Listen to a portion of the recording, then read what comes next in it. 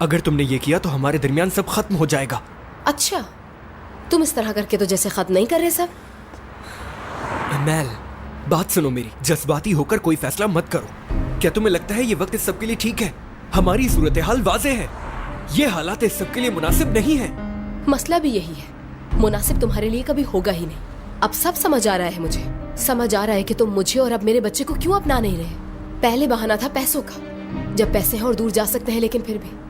और क्या चाहिए तुम्हें? बच्चे के लिए ना सही, लेकिन मेरे साथ जो ख्वाब देखे थे उनके लिए तो कुछ कहो। मुझे ये बताओ कि मेरे बच्चे को गिराना क्यों जरूरी है? हमारे बच्चे को।